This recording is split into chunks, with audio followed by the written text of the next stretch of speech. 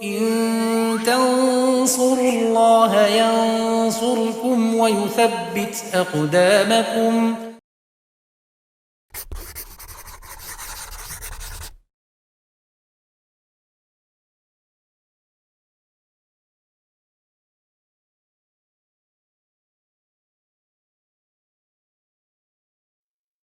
Bismillahirrahmanirrahim. Alhamdulillah wassalatu wassalamu ala Rasulillah wa ala alihi wa sahbihi wa man tabi'ahum bisanin ila yaumiddin. Amma ba'd. Pemirsa Yufid Edu rahimani wa rahimakumullah. Kita lanjutkan pelajaran kita membaca kitab Al-Muqaddimah Al-Hadramiyah. Di pertemuan sebelumnya sudah kita selesaikan, yaitu tentang istinja ya. Istinja sudah selesai di 3 pertemuan sebelumnya. Ya, sekarang kita masuk di bab baru atau pasal baru ya, yaitu tentang hal-hal yang mewajibkan mandi. Jadi mandi itu ada namanya mandi mubah, ada namanya mandi sunnah, ada namanya mandi wajib ya. Kalau kita mandi mubah ya mandi biasa, itu mandi seger-seger itu kan boleh mandi, boleh tidak kan ya. Meskipun nanti ada saat-saat tertentu ya kemudian menjadi sunnah ya untuk menghilangkan bau badan dan seterusnya. Nah, kemudian ada mandi sunnah, misalnya ada mandi ketika hari raya, mandi sunnah, mandi ketika untuk sholat Jum'ah, ya, menurut pendapat dalam mazhab ini juga sunnah. Ada juga mandi yang wajib. Nah, mandi wajib ini harus dilakukan. Kalau enggak berarti dosa. Nah, kapan kita itu wajib mandi? Maka ketika terjadi hal-hal yang akan disebutkan oleh penulisnya. Ketika terjadi muncul hal-hal yang akan disebutkan penulis ini, maka kita wajib mandi. Ya, coba kita baca terlebih dahulu. Beliau mengatakan qala al-musannif rahimahullah taala faslun fi mujibi al-ghusli, yaitu bab tentang hal-hal yang mewajibkan mandi. Mujibatu al-ghusli al-mautu wal haidu wan nifasu wal wiladatu walau alaqatan wa mudghatan bila rutubatin. Itu hal-hal yang mewajibkan mandi, yang pertama kematian, kedua haid, ketiga nifas, kemudian wiladah, melahirkan, meskipun melahirkannya segumpal darah dan daging ya, tanpa ada cairannya. Kita tulis.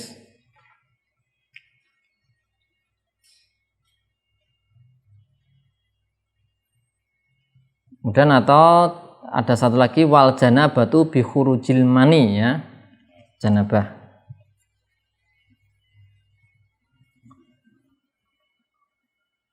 Mujibatul husli.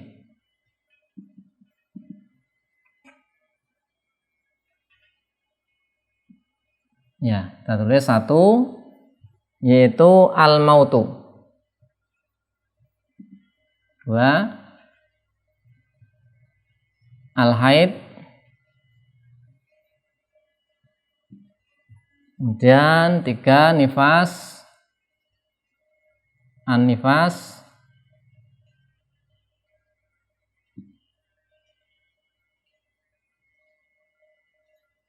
Kemudian yang keempat al wiladah. 5 al janabah. Ya, ini hal-hal yang mewajibkan mandi. Tadi nanti ada tambahan lagi satu, ya nanti kita sebutkan. Nah, ini nanti 6 ini nanti termasuk dalam janabah sini dengan ru'yah.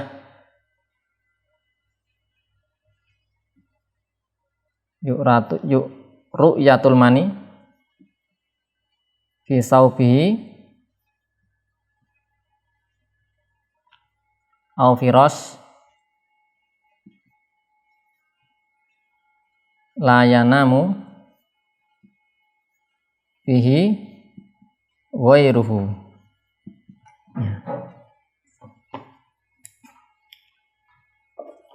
Namun sebenarnya yang 6 ini di matan ya. Yang 6 ini sebenarnya gabung di 5 sini ya. Janabah maksudnya. Ini hanya tambahan gambaran aja.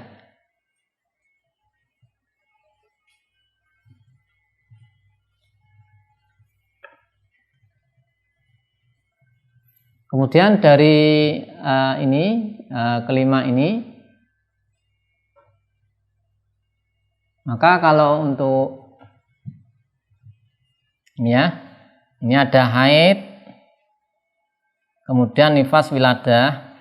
Nah, berarti khusus untuk apa? Anisa ya, untuk perempuan saja ini kan. Kalau laki-laki kan nggak haid, nggak nifas, nggak melahirkan. Nah, ini khusus yang 2, 3, 4 khusus apa? Anisa. Tapi kalau yang ini maut, kemudian junub, ini anisa, warijal. Nah, karena laki-laki ya mati juga, perempuan mati. Laki-laki juga bisa junub, perempuan bisa junub. Ya.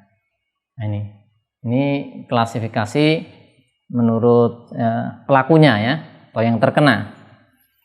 Yang pertama di sini disebutkan yaitu kematian, al-maut ya. Apa al-maut? Ini artinya bagaimana? Kalau seorang itu mati, seorang muslim mati, dan matinya bukan mati syahid. Kalau mati syahid kan tidak dimandikan. Ya. Mati bukan mati syahid, maka wajib dimandikan. Artinya yang terkena kewajiban orang yang hidup ya, mukallaf, muslim yang masih hidup, wajib memandikan. Dan ini masuk juga nanti keguguran yang setelah mencapai usia 4 bulan meskipun tidak nampak tanda-tanda kehidupan. Keguguran sudah mencapai 4 bulan meskipun tidak nampak tanda-tanda kehidupan, itu juga nanti dimandikan.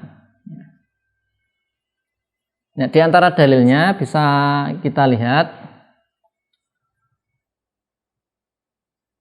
ya, yaitu riwayat Bukhari dan Muslim dari Ummu Atiyah al-Ansariyah radhiyallahu anha qalat dakhala alaina Rasulullah sallallahu alaihi wasallam ina tuwfiyat ibnatuhu faqala iksilnaha salasan.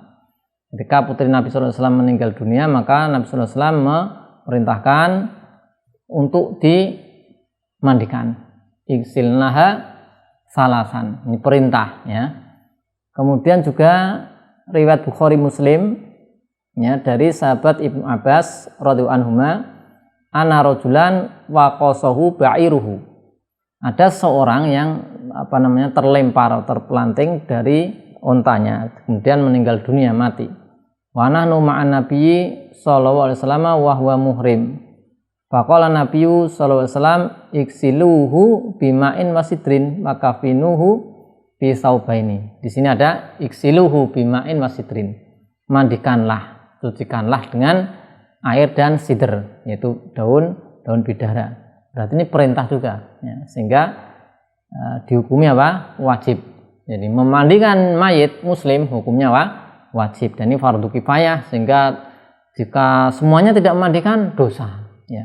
Tapi kalau sudah ada sebagian yang memandikan maka gugur kewajiban. Jadi yang pertama adalah kematian. Yang kedua yaitu haid dan nifas. Haid dan nifas. Dan ini ijma, yaitu ketika apa? Ketika darahnya sudah berhenti, dan perempuan kan ada keluar darah haid ya kan? Keluar darah apa? Darah haid. Yaitu darah yang keluar bukan saat nifas dan bukan karena penyakit. Jadi memang kondisi normal, keluar darah haid.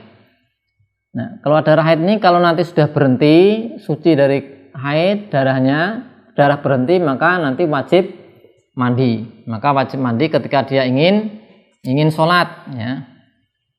Ya, ingin sholat, meskipun dia tidak ingin sholat ya, atau artinya dia itu ya misalnya qadarullah dia orangnya nggak ingin sholat, tetap wajib mandi ya, meskipun tidak ingin sholat, karena sudah ada perintah untuk melaksanakan sholat ya. Karena ada kaum muslimat yang tidak sholat ya, naudzubillah min dzalik ya, semoga memberikan petunjuk. Ada yang masih tidak sholat ya.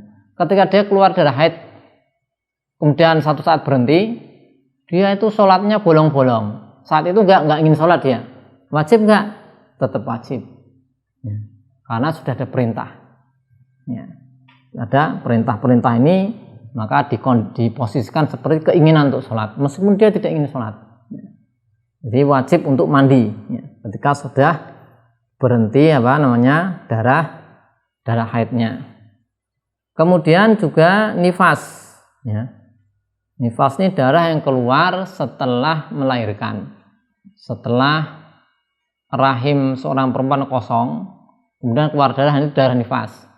Nah, darah nifas ini nanti dibahas di bab tersendiri. Intinya ketika darah nifas sudah berhenti, maka dia punya kewajiban untuk mandi juga. Karena haid ini sama seperti nifas, dia nggak boleh sholat, ya, haram untuk sholat.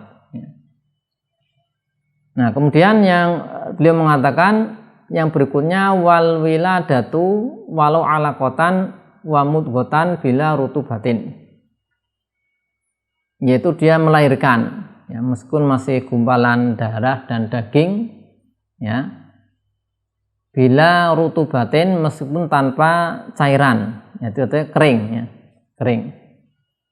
Ya, sebelumnya di antara dalil yang mendasari bahasanya wajib mandi bagi orang yang perempuan yang sudah terputus darah haidnya. Ya. Jadi seorang perempuan mandi ini setelah darahnya berhenti. Kalau darahnya ini masih ada, maka tidak sah. Demikian pula nifas. Ya. Darah berhenti dulu baru mandi. Bisa dilihat di surat Al-Baqarah 222. Di situ Allah SWT berfirman, fa'tazilun nisaa fil mahidhi wala taqrabuhunna hatta yadhurna fa idza tatahharna fa'tuhunna min haitsu amarakumullahu innallaha yuhibbut tawwabina wa yuhibbul mutatahhirin.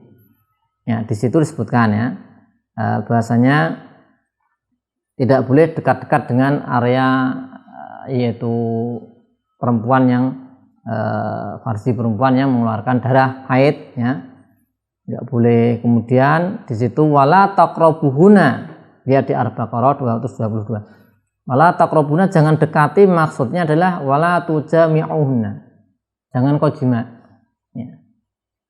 Jangan kau jima hatta yadhurna, sampai berhenti darah haid. Fa idza tatoharna, jika sudah bersuci mandi, maka fa'tuhuna min haitsu amarakumullah, maka boleh dijima. Artinya begini, jadi kalau dia itu perempuan haid, maka seorang laki-laki suami nggak boleh dekat-dekat di area farji gitu, ya, karena itu tempat keluar darah haid.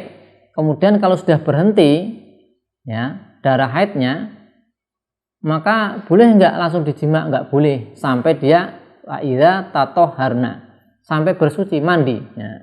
Setelah mandi baru bisa jima, ya. Maka di sini wajib mandi dulu, ya. Fa idza tatoharna.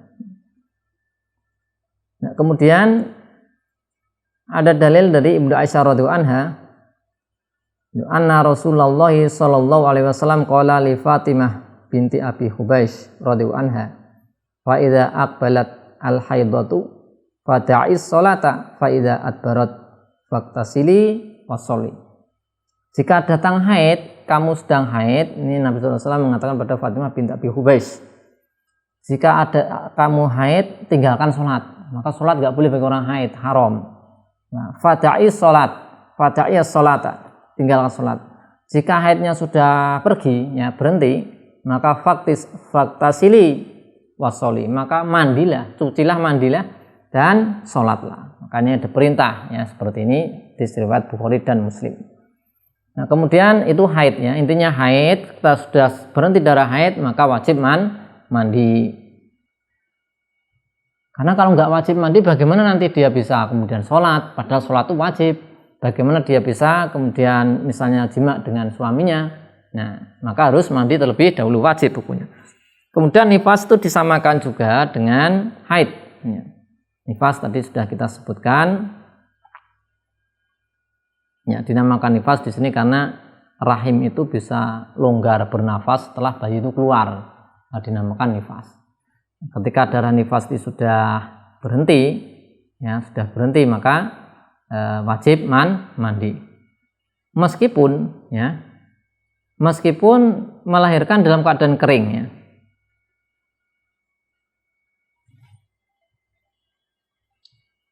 Nah, meskipun dalam keadaan kering disebut tadi wabila rutubatin, ya, meskipun dalam keadaan yaitu kering.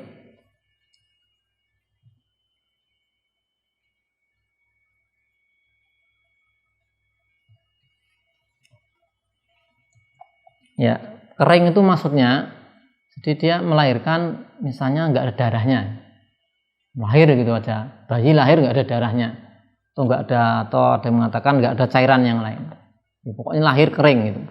Itu di sini disebutkan juga pendapat muktamad tetap wajib mandi meskipun tidak ada darah yang membersamai atau tidak ada darah setelah melahirkan, karena alasannya bahasanya walad atau bayi itu adalah mani munakid, jadi berasal dari mani, ya. Seperti mani keluar itu, ya. Ya, di situ yaitu al-wiladah walau alaqatan wa mudghatan bila rutubatin. Kemudian yang berikutnya,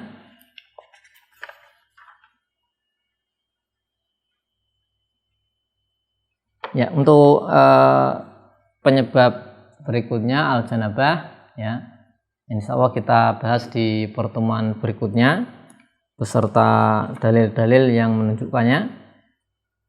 Kita cukupkan sampai di sini. Wassallallahu ala sayyidina Muhammadin wa ala alihi washabbihi walhamdulillahi rabbil alamin.